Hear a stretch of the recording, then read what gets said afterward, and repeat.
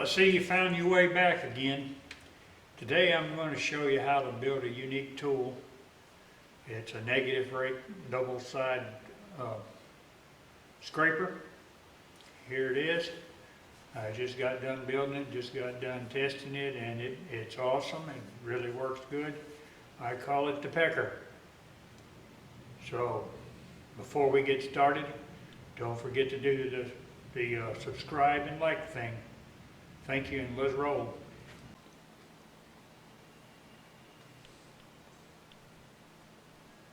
I was watching this guy on YouTube, and I'm sorry if I murder his name, but he's over in, I believe it's in Eastern Europe somewhere, and yeah, I think it's Dip with DOS, I'm not sure. Like I say again, I'm sorry. But he had what I thought was an unusual scraper, and it looks something like this one, like this drawing I made right here, and that's how you spell his name. And I've seen him use it quite a bit. I believe it is a scraper. He's never really talked about it or showed too much about it, so I decided I'm going to make me one. Now here's a couple scrapers that I have. This is a basically, I guess, a factory common round nose scraper, and here is one I built earlier. Now this is a negative rake scraper. You can, whoops, there you go, I lost it in the camera for a minute. It's a negative rake scraper that I built. This is made out of 1/4 inch steel, and it's hardened and tempered.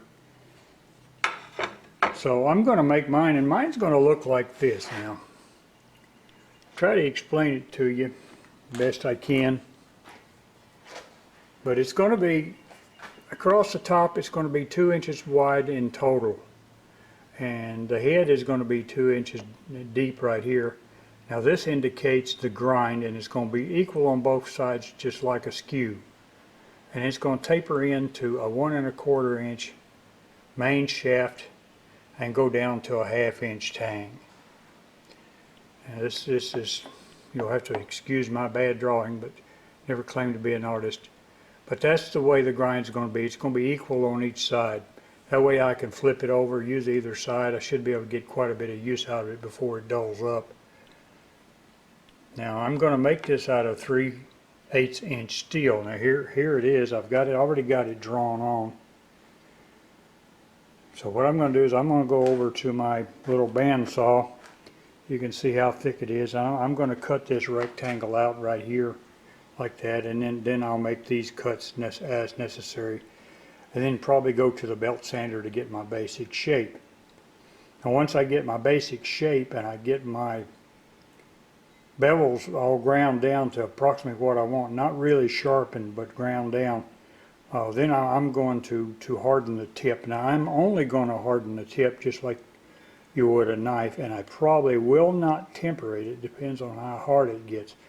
Now I'm not a metal guy, you know. I've done quite a bit, but I really don't know the ins and outs of you know, how much tempering or how to measure hardness or anything like that. I do know a few tricks about using a magnet to see when the molecules are no longer magnetized, and I also know to use a file on the hardening stuff after it cools, and if the file marks it, it's not hard enough.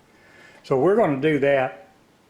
So my next step is going to be to go over to the vise and put it in there and cut it out with my handheld bandsaw. So next step is to go over there, and you see that little bandsaw on the floor? That's a Harbor Freight special. I've gone through 2 of them with all my knife making, and I guarantee you can cut anything with that thing. It is a wonderful tool.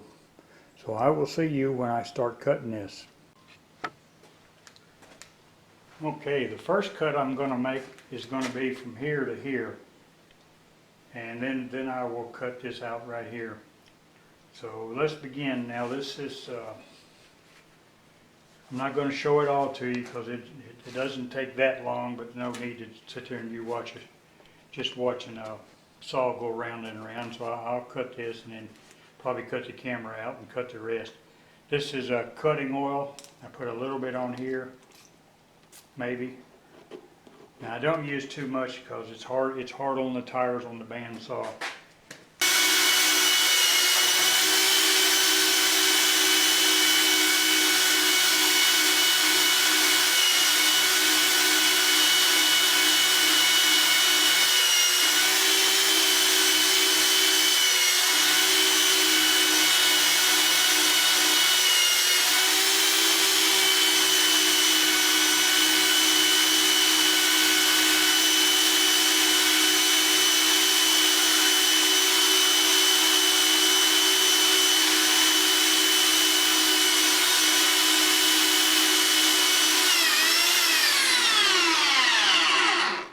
Alright, there's one. You see what I was talking about the way this thing cuts? Does a wonderful job. Now I'm going to put it up on its end and cut the long one. So I'll see you when I get that done. Okay, I've got it cut out and I spent a little bit of time on the grinder getting the basic shape. So here it is. This is what it's going to look like. I'm getting ready to hit the CBN wheel with it a little bit to get my... Getting ready to hit the CBN wheel so I can put the right bevels on it. I don't know what the degree is going to be yet, but I'm thinking 40, 45 on each side, and they're going to be identical. So that I can turn it around and get a burr anytime I want to. So there it is. Pecker scraper, coming alive.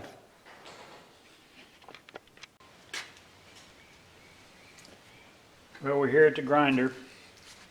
What I decided to do was to grind this to 55 degrees on both sides. Now I set my grinding platform using this type of protractor here.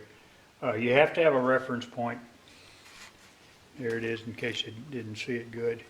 You have to have a reference point knowing that you have a level area. And so this bar under here is level. So basically I just set it here like that. It's magnetized. And we have just a hair under 55 degrees. The other way, if you're lazy, I guess that's pretty lazy too, is you can make yourself a little, just out of a piece of wood and just grind you an area right there and you can set it right here like that. And it does the same thing. 6 one way, half dozen the other. Okay, let's get to grinding. Powered up.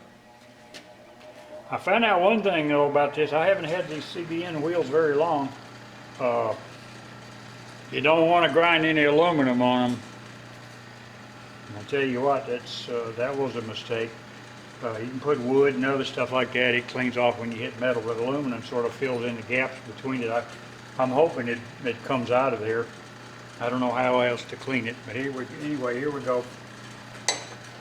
Just hold it flat. Walk it around.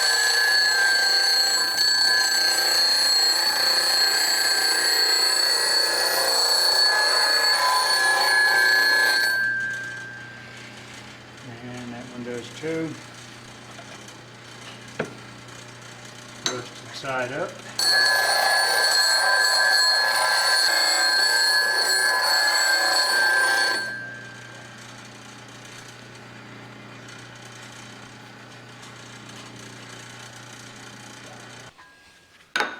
All right, here we go.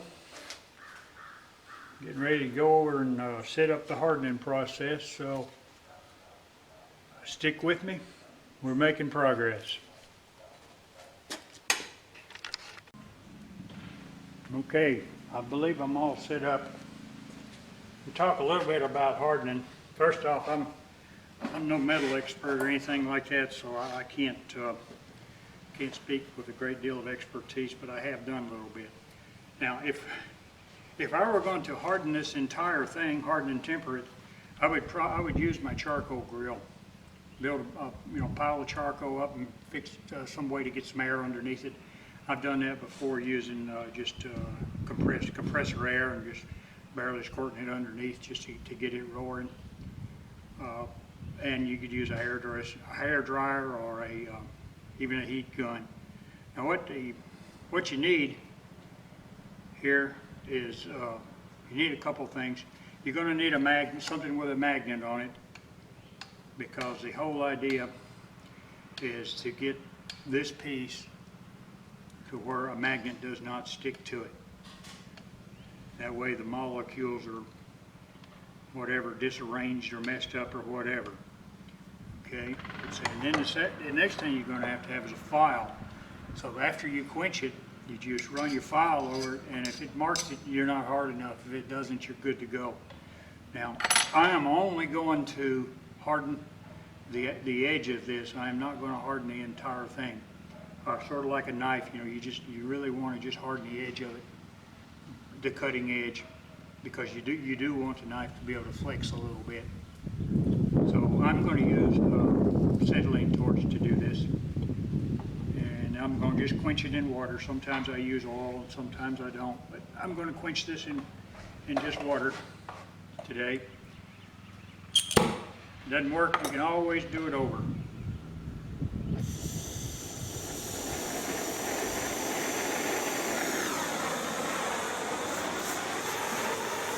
I want to stay away from the very, very edge of it. But I don't want to melt my edge. It may take a little while.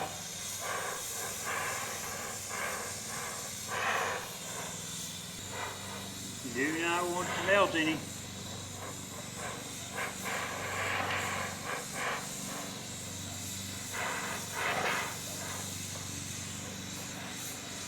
Up here a little bit so that we don't lose too much heat to the cold. Beautiful day in Arkansas today. We are getting there. Started to crust up on me a little bit. You notice I got a welder's glove on.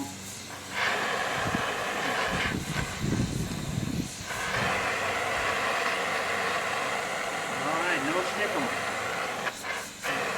There's a difference there. No sticking here, okay? So I'm going to still get it a little hotter than that. Like I said, I only want to do the edge. And I'm not going to temper this because tempering basically takes the brittleness away so things don't break on you. That's why it's not a good idea to not temper a knife, but have to temper a knife because you don't want it breaking. I don't believe that's going to be a problem with this. I'm hoping the edges are going to be hard enough, almost like a carbide tool. Like I say, I'm not an expert in this stuff. Everything I do, absolutely everything, I'm self-taught or YouTube taught, one or the other. Okay, I believe we're there, my friends, so I'm going to shut this dude off, get the glove on it.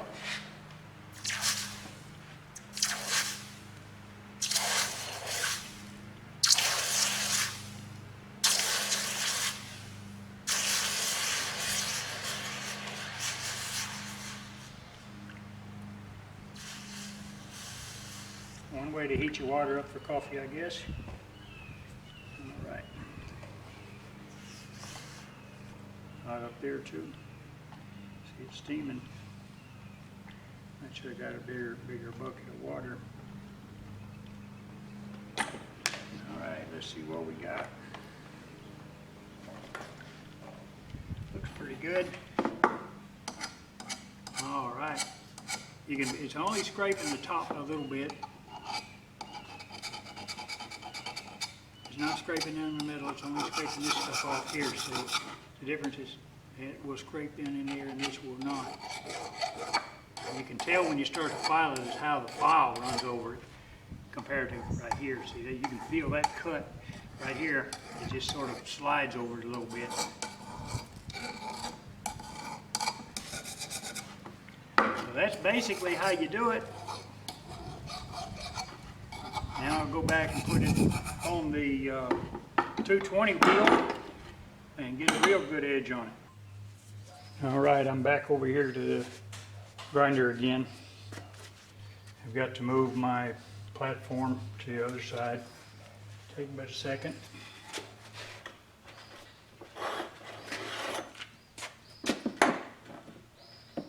I can hit the hole. Loosen that up a little bit. And double check it. All right. Looks like we're pretty much good to go. Turn it back up. All right.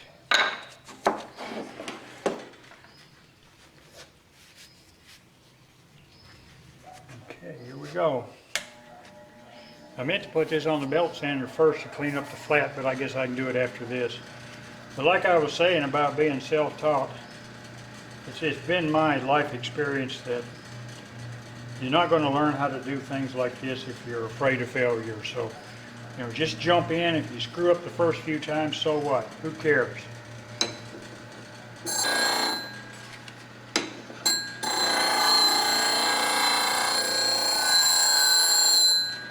A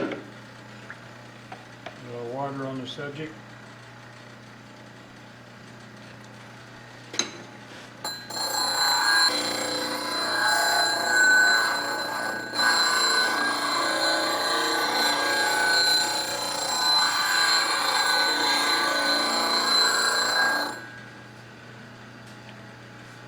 Looking good, looking good. Let's see what we got. Emergency brake on here.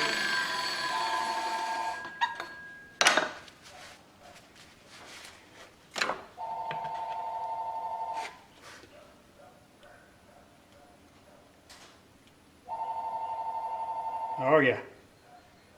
If you can see this or not. Looking good. Mama needs to answer the phone quicker. All right, we got it sharp. I'm gonna put the flat on the belt sander just to clean it up a little bit. These back corners right here, I'm gonna take a little die grinder or something and around these right here, because I don't want to take a chance on them catching. Like if I'm doing a bowl and dragging it out and I've got a lift bowl, I don't want this catching the edge underneath it. I'd rather for it to be round and not do any, they call that catching. All right. It's time to build a handle. So I've got a pretty elaborate junk pile out here, all the welding and stuff I did. So I'm going to build a ferrule out of this black pipe right here. I'll just cut me off a chunk of that. That'll be a steel ferrule, which is fine with me. I think I'm going to use this cherry right here. It's checked on the end, but I'll cut it off down past that right there, and I've got a nice straight piece. I'm not going to make a very long handle because you really don't need it with this type of tool. So let me get that cut off, and then I'll see you back in the shop, and we'll start making a handle.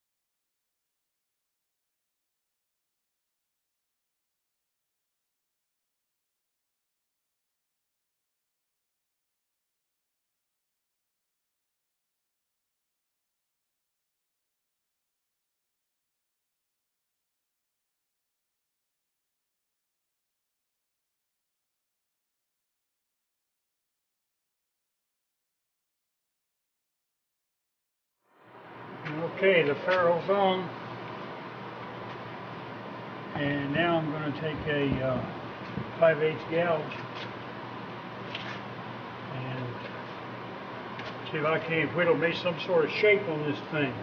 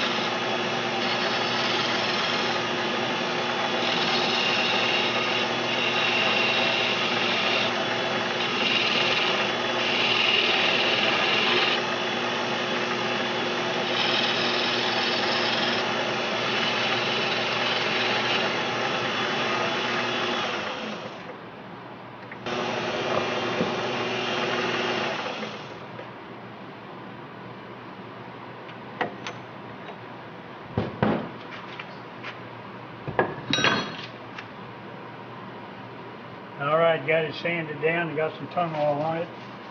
I'll need to give that a couple minutes to set up. May spin it just a little.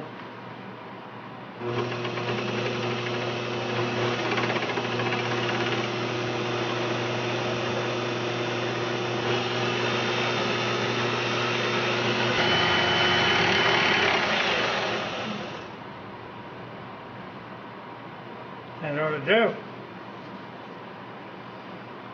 Cut that off in a few minutes and we'll mix up some epoxy and see what happens.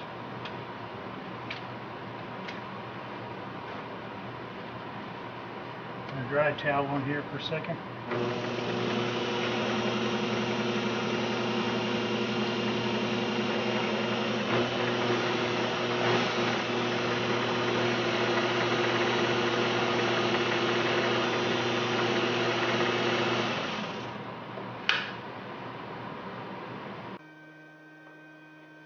Okay, it's all glued up and ready to go. I want to do one more thing to it before I go into the house for the night, and that is I want to put my maker's mark on it.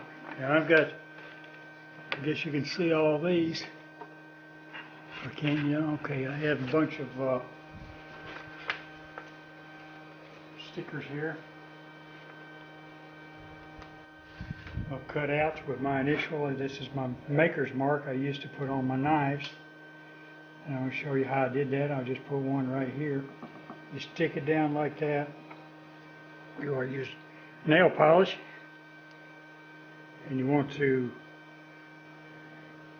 coat the edges.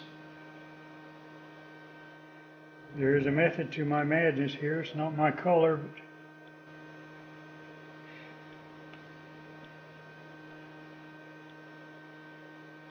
the thing about it is, anywhere you get the solution, it will mark it, which I don't really guess I really care on this.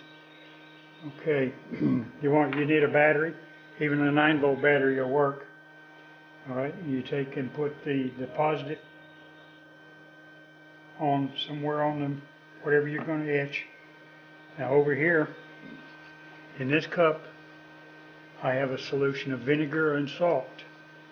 And what I'm going to do is I'm going to take the negative post off the battery, put it onto the wet part of the Q-tip, and I will begin to etch.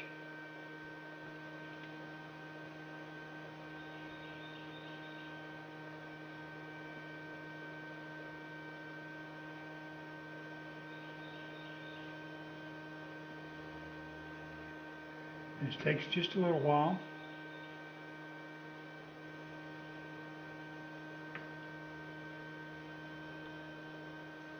There you go. I see a little smoke come off it. It's cooking. There you go. I'm going to get my hand out of the way. Get my shadow out of the way.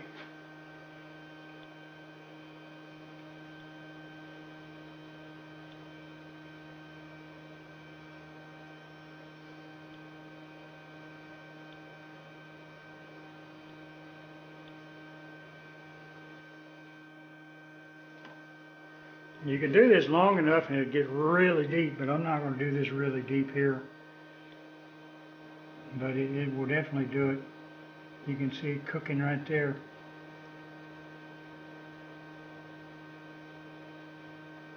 And it's burning.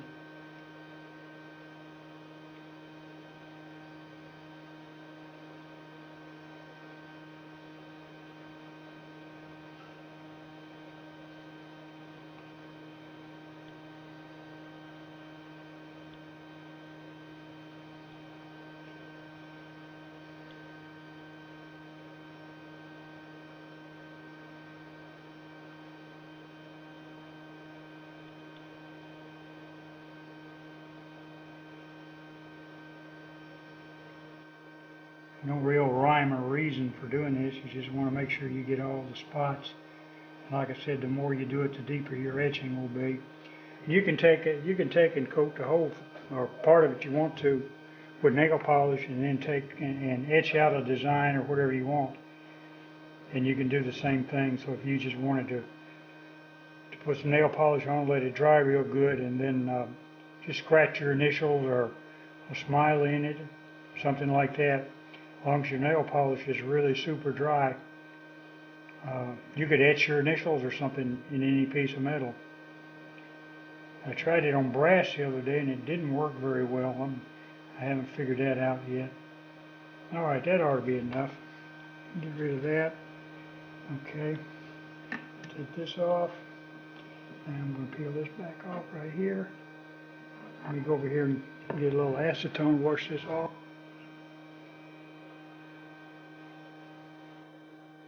I hope it shows up in here. There's the L right there. All right. Well, I just epoxied this about 30-40 minutes ago. It's 5-minute epoxy, but I still want to set it all night, and the tung oil is just a little sticky still. So tomorrow we will put a piece of wood on the lathe and see if this sapsucker works. If it does, we'll hang it on the wall. If it don't, we'll hang it on another wall. So we'll see you later.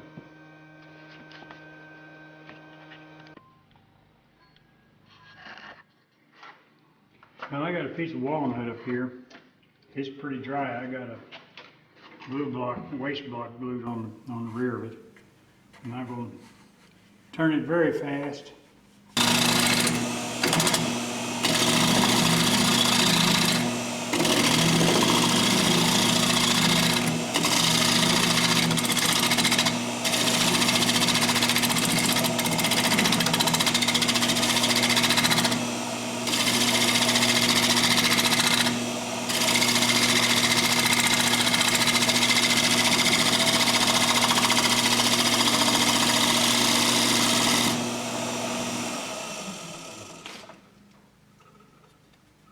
Well, it looks pretty good. Got a little tear out there, but I can take care of that.